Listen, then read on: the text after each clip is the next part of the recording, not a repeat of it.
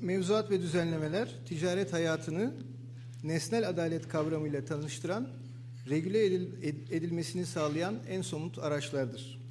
Ancak hukuka uyum, sorumlu bir etik duruş ile desteklenmedikçe iş dünyasını ideale taşımaktan çok uzak kalıyor. Hukukun etik yönetimindeki yeri, temel görevi ve bu ilk adımın ötesine geçecek uygulamalar ve çözüm önerilerini paylaşmak üzere kürsüye European+Business+Ethics+Network Başkanı Alejo+S'u davet ediyorum.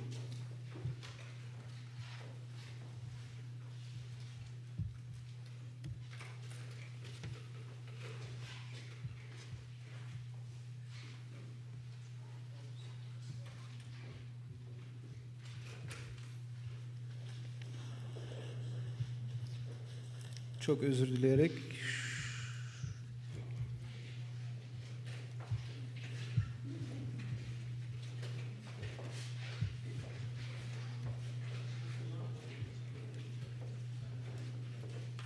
no. Please you start and I will restart the computer. Okay. Thank you very much, distinguished guests, and from this afternoon onwards, I hope, dear friends. First of all, I'd like to thank very much the members of TEİD for inviting me over to Turkey. But nonetheless, it never fails to surprise me. So I'm very happy indeed to be with you this afternoon. I will be speaking on behalf of the European Business Ethics Network. It's a network of networks with close to 18 local networks all over Europe and with a membership of more than 1,800 individuals and corporations. It's a network composed mainly of academics, but also of corporate members such as businesses, NGOs, and different stages of government, bodies of government as well. It's been almost a couple of decades since I've dedicated my professional life mainly to business ethics, and this has brought me far and wide. I am originally from the Philippines, although I've been living in Europe, in Spain, for more than 30 years now. And because of institutional affiliations, I've also had a chance to work in the United States, in Canada, and in Latin America. Wherever I go, I have found that goodwill has not been wanting. People realize that business ethics is truly very important. It is truly very important. Goodwill is probably the most important ingredient, but never is it enough. Just to cite an example, which most of you, I'm sure, will agree. There is a difference, a very important difference, between tax avoidance and tax evasion. As far as I can tell, everyone tries to avoid taxes, which is perfectly legitimate and legal. But what we should not do is to evade taxes. Okay? So it's a matter of goodwill. It's a matter of goodwill. Goodwill, however, as I said, as important as it is never enough. And apart from goodwill, we would need some laws. We would need some laws.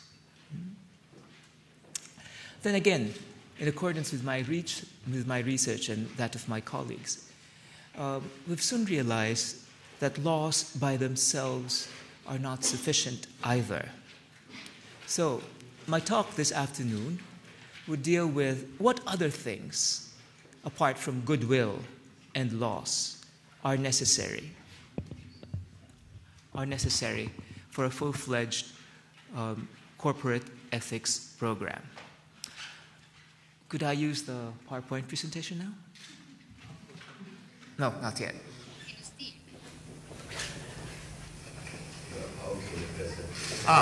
No problem with that. Should I just proceed? Okay. My talk for this afternoon has three major parts. Firstly, I would refer to the most relevant pieces of US legislation regarding business ethics. It is not that I think that the United States is a model that we should all follow. However, given that the United States is the most developed economy in the world, any company that would like to scale up to a certain magnitude would like to have access to the American market, would like to have access to the American financial market, to the goods and services that are sold and produced there. Therefore, we always need to keep an eye on what's happening in the United States. Second, I'd like to say a few words as well regarding the TEID declaration, which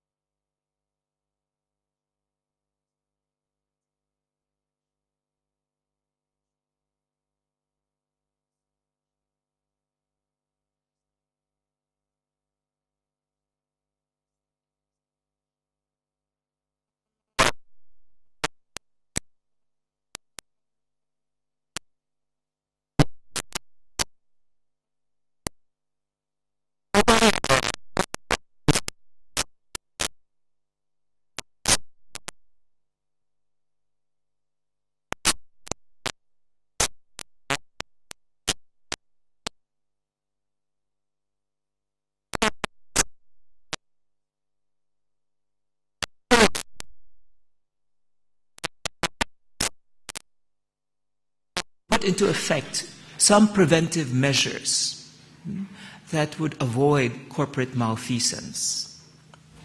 It creates incentives which align the profit-seeking motive with the ethical motive within companies. Concretely, there are three measures that are supposed to be implemented. First and foremost is the formulation of ethics codes. Ethics codes, however, have to be tailor-fitted to the company, to the corporation itself. It would not be sufficient just to Google ethics codes and to copy it and paste it on your own company's corporate documents. You'd have to take into account the sector you're in, the market in which you're playing, and the particular needs of your organization. For example, a financial services firm will have a code of ethics that is understandably different from a mining company because their risks are completely different. First consists in the formulation of an ethics code. Second lies in the institution of an ethical office. So much so that whenever ethical dilemmas arise, both for the members of the company themselves, the employees, as well as the different stakeholders with which the company is in contact, they would know exactly whom to approach, which number to call, where could I call in order to ask for advice. Of course, there have to be certain legal safeguards in place as well. I am not familiar with Turkish law, but most probably there would be a need for confidentiality between, take for granted, an employee who faces an ethical dilemma and the company representative who's supposed to orient and guide that employee. It is not sufficient to relegate the ethical function simply to the human resources department or to the legal department. It has to be a person who has direct access to the CEO and the members of the board of that company. So this is sending a very powerful message that the company takes ethics very seriously. The third measure consists in the provision of ethical training. The provision of ethical training, not only to employees, but as I said, to all the other stakeholders, suppliers, clients, the local community perhaps, And if players of the same sector were to agree on these measures, it will be very helpful for them to avoid, say, hints about facilitation payments, for example. It's sending that very powerful message that we take ethics seriously. We do not pay facilitation payments. We do not pollute the environment. We obey the labor laws in a given country, so forth and so on. I'm often asked, which among these three measures is the most important? The easiest to comply with is with an ethics code. If a company were to list itself in the local stock market, perhaps it's even a requirement. It's fairly simple. I recall several years back, I was consulting with a government financial institution that had wanted to become a private company, a public company rather, to be listed in the stock market. And I said, okay, we have to do this seriously, and I'd like to have meetings with different representative groups, focus groups of the company. And at the beginning, they wouldn't give me a straight yes or no answer. But later on, I realized that they were simply stalling. And they said, Professor Sison, you see, the only thing we want to do is to comply with a stock market requirement. So it was a purely cosmetic measure. They did not want to go into ethics that serious. Okay. So, such is life. Such is life. Sometimes one will have to comply with whatever is possible and not necessarily what is optimal for the organization. So, as I said, the easiest thing is to comply with a code of conduct. Not so easy is to institute a corporate ethics office. But for me, the most important factor, the most important ingredient in an effective ethics program consists in the provision of ethical training. First of all, to the employees, including the executives, including managers, of course, directors of the company.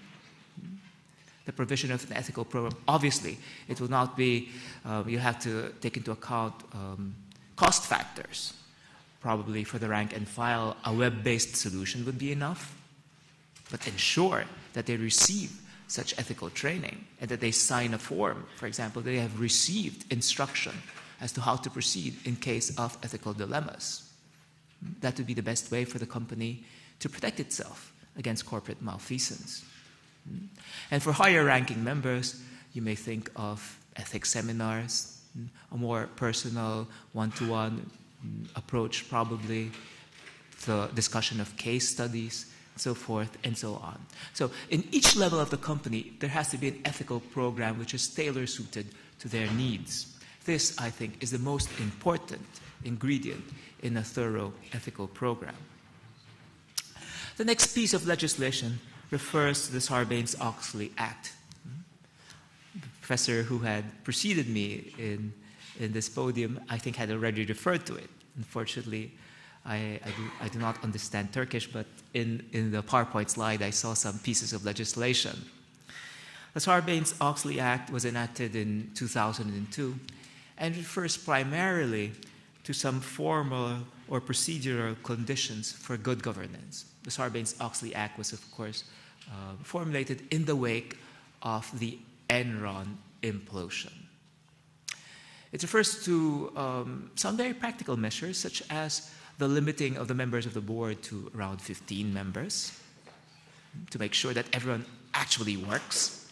Secondly, the separation of the tasks between the chairman of the board on the one hand and the president and the CEO, so that no member of the board takes too much power within his or her own hands. Thirdly, that there be a majority of external or independent directors in the board compared to the internal or executive directors.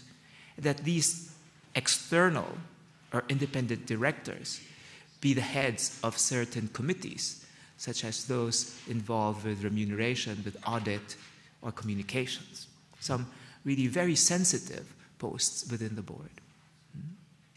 If I were to ask any one of you whether he or she thought that such measures were sensible, I'm sure that you would be nodding and say, well, yes, because it speaks for greater transparency, it speaks for taking in a lot of information or experience from academics, from a global business perspective. It means, well, teamwork, so that not so much power is concentrated within the hands of just one board member. The problem is, of course, that the Enron board was already compliant with these Sarbanes-Oxley measures. And obviously, it did not prevent them from engaging in egregious corporate malfeasance. So the point I wanted to raise here is that purely procedural or formal measures are not sufficient to stop ethics violations. Okay? At this point is when I would like to bring into fore an excerpt from the TEID declaration. If I'm not mistaken, and I quote, it says, "We put efforts towards making business ethics constitute the very foundation of our corporate culture." Business ethics as part of our culture. What does this mean? Primarily, it means that business ethics does not consist exclusively in rules and regulations. Rules and regulations are necessary. They establish the necessary minimum conditions. These are enshrined in law. These are enshrined in professional practices. But the minimum conditions, as the very term means, set the base, the lowest level. But in ethics, we are after excellence, not only the compliance with minimum conditions. What we seek is excellence.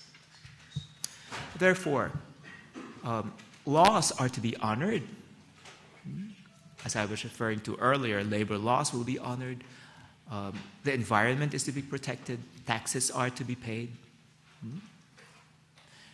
But then again, we shall never content ourselves with those minimum conditions.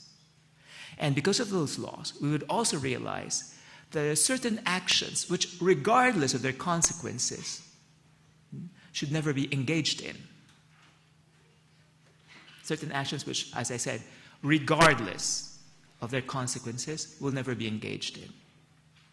Take for granted, there's no acceptable way of cheating one's spouse. Okay? So, it may have better or worse consequences, but it's simply a thing that we do not do. Absolutely prohibited, absolutely forbidden. At the very base are the rules, the laws. On the next level, we'll also have to define what are the ends, the motives, the purposes of our business. Another way of referring to this, what are the goods at stake? What are the goods at stake? Okay? In business audiences, a common response is profits. That is what business is purportedly all about. Profits. Yes and no. Yes and no. Of course, we could also consider as enterprises not-for-profit organizations, but the great majority of enterprises are profit-seeking.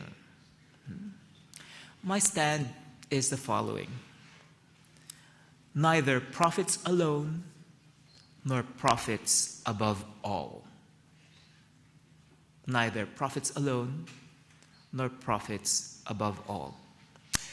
If someone were to say that the only purpose of business is to maximize shareholder value, I think that is a sign of very lazy thinking. Why so? It's as if there was only one type of shareholder, and he only had, or she only had, one idea of what value means.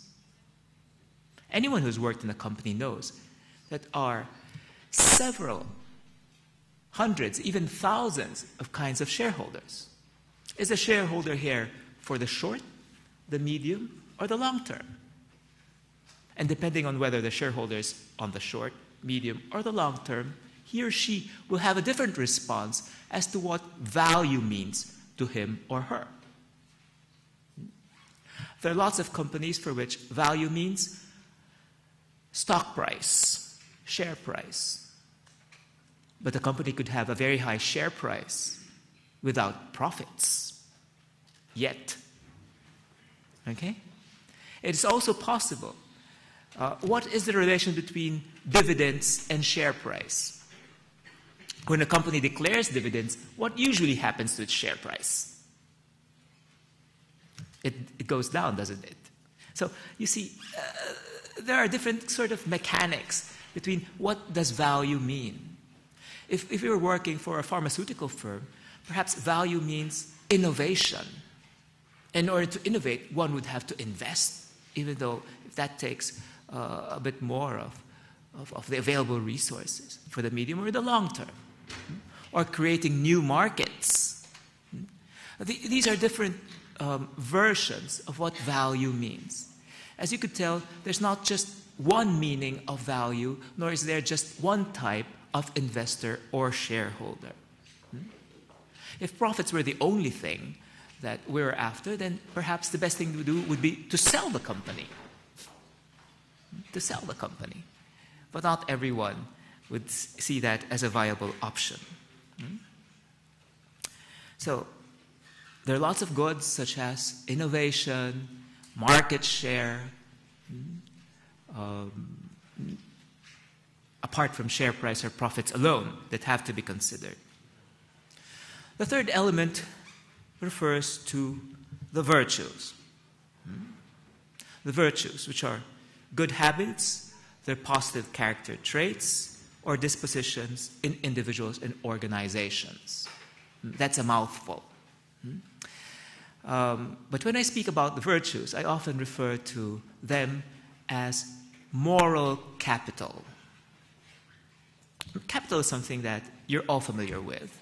Capital is any resource that accumulates through time and through which we could derive alternative uses in the future. Now, it so happens that good habits are also a form of capital among our employees and the members of our organization. Recently, there is a school in business and management thinking which consists in organizational citizenship behavior. Well, it's a very fancy name for something very simple, which is the following. In organizations, we engage in many kinds of behaviors or conduct which does not fit into our job descriptions, for which we are not evaluated, for which we are not paid. So from the purely economic perspective, it does not make sense for us to be engaging in such behaviors. What are these behaviors? Take for granted, if I were walking through a corridor and I see that a colleague of mine is following me, and that colleague has his or her hands full with some boxes, take for granted. I hold the door open for that colleague to pass. Okay? Helping behavior, altruistic behavior. From a purely economic perspective, it does not make sense for me to be holding the door and to wait for that colleague to pass. Why? It's not part of my job description. I'm not being paid. I'm not being evaluated for it. Okay? But of course, apart from economic agents, we are also human beings. And it makes a lot of sense for us to be looking after each other, helping each other. So, these are different forms of capital. We build upon this. Human capital or moral capital. Punctuality, coming to work on time, diligence in doing one's work, company loyalty. You may come to think just how valuable loyalty is. I'm sure that I were to ask you, many would raise their hands and cite examples of how loyalty of employees made a difference to the company's well-being. However, is loyalty something you could pay for? Could we pay our employees and colleagues to be loyal to our company? Certainly not. It does not refer to that class of things for which human beings receive money. You cannot buy nor pay for loyalty. And if someone claims the contrary, that he or she has paid for loyalty, you better look again. Chances are that person is being shamelessly fooled, because no such thing as loyalty for sale. So this brings us to what I call the ethics equation. The ethics equation. We need rules, don't get me wrong. We need regulations, we need laws, we need principles. But that's merely the 33% solution. Just a third. Apart from rules, principles, and regulations, we need, secondly, a definition of the goods, the ends, the objectives, the purposes that we as an organization pursue. And in this, we have to get rid of the individualistic and selfish kind of thinking. Whenever we're working for corporations, what we're seeking is a common good. A common good. Let me explain this. Oftentimes, we think of goods as cakes or pies. The more the people who are to share the cake or the pie, the smaller the piece. Okay? This is quite elementary, right? If all of us had to share just one piece of cake, I'm sure that each one's portion would be minuscule. Would be minuscule. That happens with material and individualistic goods. However, in a firm, what we're after is a common good. And you could think of that in terms of a sports team. A sports team. Or engaging in sports. Each member contributes his or her share to the good that the firm seeks. However, the good is shared and distributed amongst all of them. Okay? This happens all the time. Although it's difficult to understand, this happens all the time. I am by profession a teacher, a professor. When I share my knowledge with my students and audience, what happens to my knowledge? Does it diminish? Not at all. It increases. It flowers. As long as I share it with other people. So I think this gives us a very good model through which we could think about the goods, the purposes, and the motives of our corporation. It's something which grows and increases as we share it with the different members of the firm or organization. And thirdly, as I said, the development of the virtues, those good habits, those good character traits, the way of doing things, those standard operating procedures that are deeply ingrained in a company. Only then, when we bring along with us, apart from the rules and regulations and principles, the goods, objectives, and purposes, and the right habits or virtues or working practices in a firm, only then we will have a complete and effective corporate culture. This, I think, are the most important factors for 100% solution to the ethical equation. Thank you very much.